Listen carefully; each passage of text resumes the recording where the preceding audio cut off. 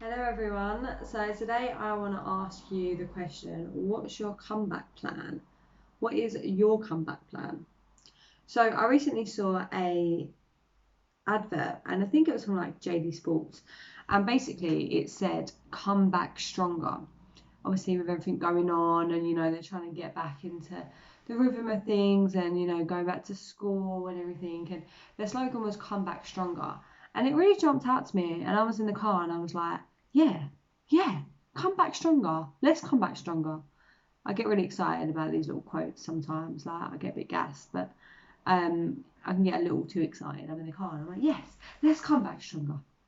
But then when I actually sat there and thought about it, I was like, what does that actually mean to come back stronger?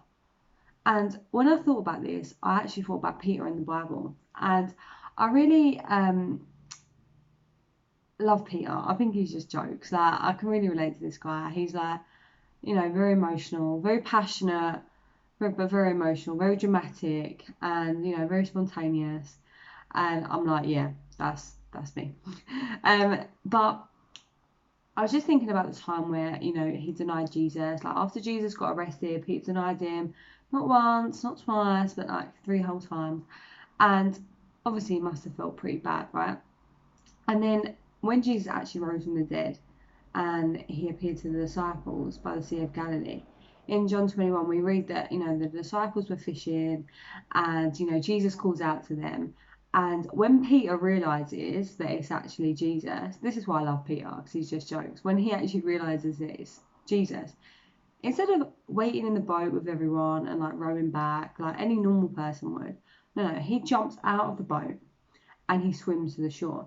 But when you read it in there, it actually said that there was literally they were not far from the shore. There was only like 100 meters, and I was like, that is so me. Like, I wouldn't wait, you know, uh, for everyone else. But I'd actually just really spontaneously jump out the boat because I'm so excited because I just want to get there. And probably it would have been quicker to stay in the boat and just row back. I can literally imagine, like, Peter like struggling to get to the shore, like just swimming, and then like all the reason like disciples like just rowing past him, like, you alright, Peter? Yeah, yeah. Should have stayed in the boat, mate. Like, 'cause we're basically like nearly there. Like, you can just imagine it, right?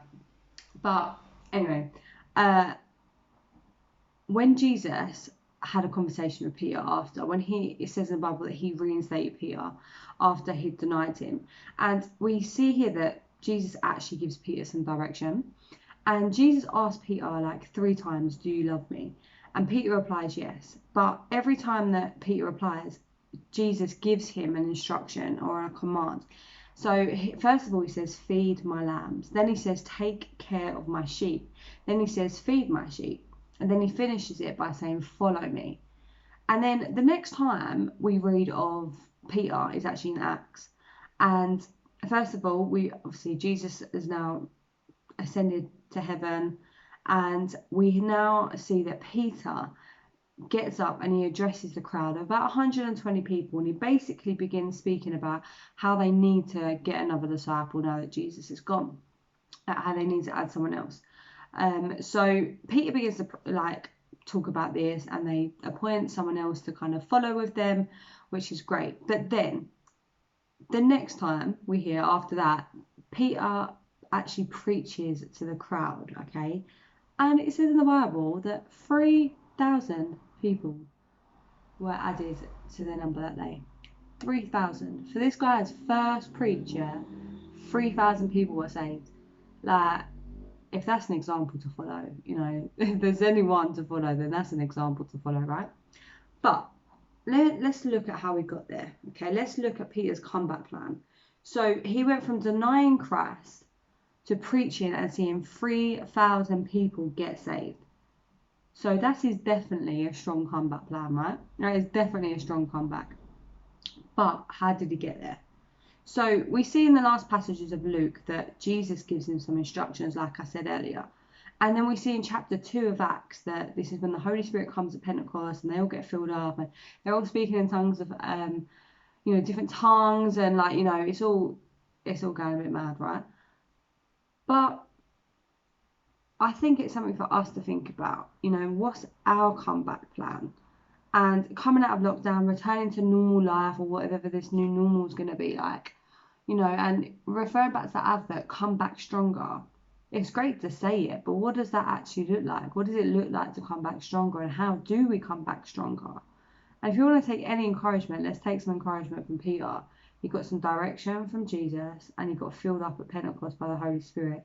He went out and he preached to people, and 3,000 people got saved. That would be a nice little, thing to happen, wouldn't it? But if we're going to come back stronger, if we're going to emerge from lockdown stronger, if we're going to go back into our job stronger, if we're going to come back to church stronger, then I think that we need to take some time to seek direction of Jesus. Seek what is the next step. Jesus, what do you want me to do next? What is your direction for me? And then get filled up and just run off the power of the Holy Spirit, so we can be filled afresh, we can be filled anew, and we can pour out into people's lives that we've never done before. So make your comeback plan, stick to it, and then go and change the world. Have a fantastic day, and I'll see you soon. Bye.